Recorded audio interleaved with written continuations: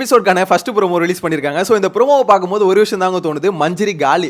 Seriously சொல்கிறேன், நேற்று பண்ண சம்பவங்களுக்குலாம் திருப்பி கொடுப்பாங்களே, அதாவது நீ விதைத்த விதை ஒன்று அப்படின்ற மாதிரி சொல்லுவாங்களே, அந்த மாதிரி நேற்று விதைத்தாங்க. இன்னைக்கு வந்து பார்த்தீங்கன்னா மற்றவங்க வந்து அறுவடை பண்ண போகிறாங்கன்னு நினைக்கிறேன். எனக்கு தெரிஞ்சு பார்த்தீங்கன்னா மஞ்சரியை போட்டு வச்சு செய்ய போகிறாங்க. ஏன்னு பார்த்தீங்கன்னா நேற்று இவங்க பண்ண சம்பவம் அந்த மாதிரி முட்டையை உடச்சி ஊற்றுறது என்ன, உப்பு தூக்கி வாயில் கொட்டுறது என்ன, இந்த மாதிரி பயங்கரமான வேலை செஞ்சாங்க.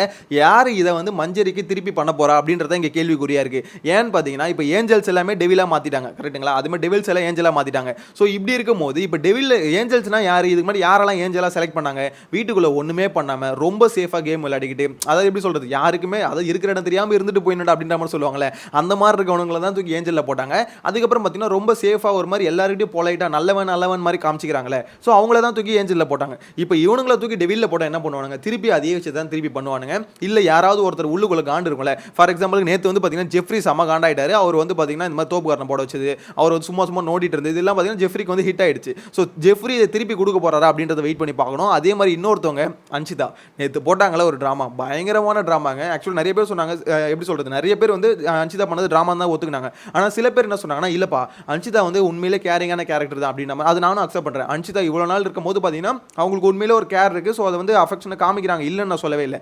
ஆனால் நேற்று பண்ணது பார்த்தீங்கன்னா பியூர்லி ட்ராமா தான். ஏன்னா இந்த அளவுக்கு ஒருத்தவங்க வந்து கோவப்படுறதுக்கு வாய்ப்பே கிடையாது. எப்படி சொல்றது, அவங்களுக்கு எதாவது நடந்தா கூட பரவாயில்ல, ஆனந்திக்கு நடக்குது, ஆனந்தி வாயை மூடிக்கிட்டு இருக்காங்க, அது பிரச்சனை இல்லாத மாதிரி தான். அவங்க சொல்லிட்டாங்க எனக்கு பிரச்சனையே இல்லை அப்படின்ற மாதிரி. ஸோ அப்படி இருக்கும்போது ஆனந்திக்கே இது பிரச்சனை இல்லை, ஆனால் இவங்க பொங்குற மாதிரி பயங்கரமாக பொங்கிட்டாங்க. எனக்கு என்னம்மா உனக்கு அவ்வளோ கேரா, இவ்வளோ கேர்லாம் ஒருத்தவங்களுக்கு இருக்க முடியுமா அப்படின்ற மாதிரி தான் இருக்கு.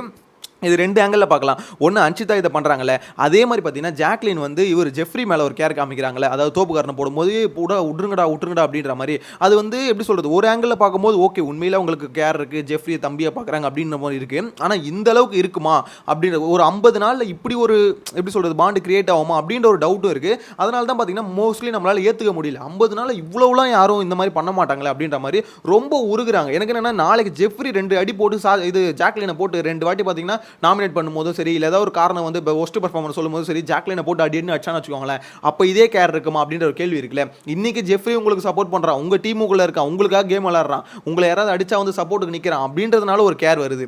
இதே ஜெஃப்ரி வந்து நாளைக்கு அந்த பக்கத்து ஜாக்லினை திருப்பி அடிச்சான்னு வச்சுக்கோங்களேன், ஜாக்லினை ஒரு போட்டியாளராக பார்த்தான்னு வச்சுக்கோங்களேன், அப்போ ஜாக்லினுக்கு இந்த கேர் வருமா அப்படின்ற கேள்வி தான் இருக்குது. இதுதாங்க இங்கே பிரச்சனை. என்ன மேட்டர்னா, இவங்க டீம் ஒரு மாதிரி பாண்டு கிரியேட் பண்ணுறோன்னு சொல்லிட்டு மற்றவங்களோட கேமை வந்து அஃபெக்ட் பண்ணுறாங்க. அதாவது என்னன்னா, இப்போ தம்பி அது மாதிரி ரயனை பார்த்தீங்கன்னா ஃப்ரெண்டு ரயன்லாம் உண்மையிலே நல்லா யோசிக்கிறான், அவனுக்கு மூளை இருக்கு. அந்த மூளையை வந்து யோசிக்க விடாம பண்றது யாருன்னு பார்த்தீங்கன்னா என்ன பொறுத்த வரைக்கும் ஜாக்லின் தான்.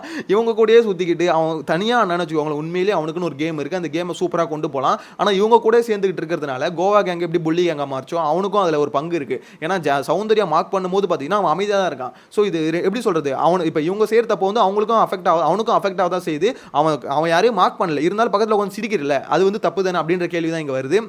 என்ன பொறுத்த வரைக்கும் இந்த பாண்டு கிரியேட் பண்ணுறது, இங்கே வந்து ஒரு ஃப்ரெண்ட்ஷிப்பு, இது ஒரு கேங்கு அப்படின்ற மாதிரிலாம் சொல்கிறது அவங்களுக்கு தான் மைனஸ். யாருக்கு இதில் ப்ளஸ்ன்னு வச்சுக்கோங்களேன், ஜாக்லினுக்கு தான். ஏன்னு பார்த்தீங்கன்னா ஒரு தலைமையில் மேலே உட்காந்துருக்காங்க, இப்போ அவங்க தான் லீடரு. ஸோ அவங்கள வந்து இவங்க யாருமே நாமினேட் பண்ண மாட்டாங்க. அவங்களுக்கு ஒரு பிரச்சனைன்னு வச்சுக்கோங்களேன், மொத்த பேர் ஒன்று சேர்ந்து வருவாங்க. ஸோ அப்படின்னும் போது ஒரு கேங்காக இருக்கும் போது நம்மளுக்கு வந்து ஸ்ட்ரென்த்தாக இருக்கும்.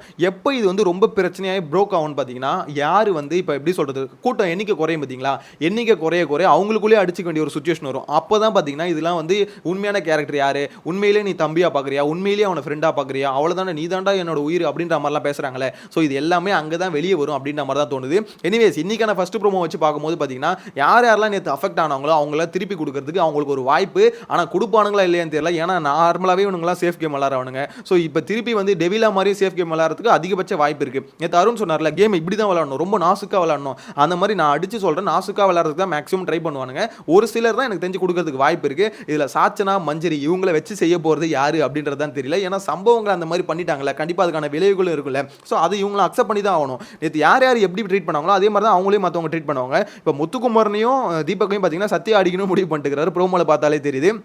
இது நேற்று முத்துக்குமரனும் சரி, அது மாதிரி தீபக்கும் சரி, சத்யாவை எப்படி ட்ரிகர் பண்ணிட்டு இருந்தாங்கன்னா, நீ வீட்டுக்குள்ளே வந்ததுக்கு ஒன்றுமே இல்லை, நீ எதுக்கு 50 நாள் 55 நாள் 59 நாளாக இருக்கு, 60 நாளாக இருக்கு, இருந்தும் நீ வந்து ஒன்றுத்துக்கு பிரயோஜனம் இல்லை, கிட்டத்தட்ட கரப்பா மூச்சு மாறா நீலாம் அப்படின்ற மாதிரி சொல்லும்போது வெளிலேருந்து பார்க்குற நம்மளுக்கே ஐயோ என்னடா இப்படி செய்கிறான் அப்படின்ற மாதிரி தான் இருக்கும். அது சத்யா ஒரு கட்டத்தில் சத்யா சொல்லிட்டார் வெளியே வந்து, மச்சான் இந்த முத்துக்குமரன் இருக்கானே ஒரு மாதிரி சைக்கலாஜிக்கலாக அடிக்கிறான் மச்சான், இறங்கி செய்கிறான் மச்சான், சத்யாவை இப்படி புலம்பி ஓட்டிட அப்படின்ற மாதிரி தான் இருந்தது.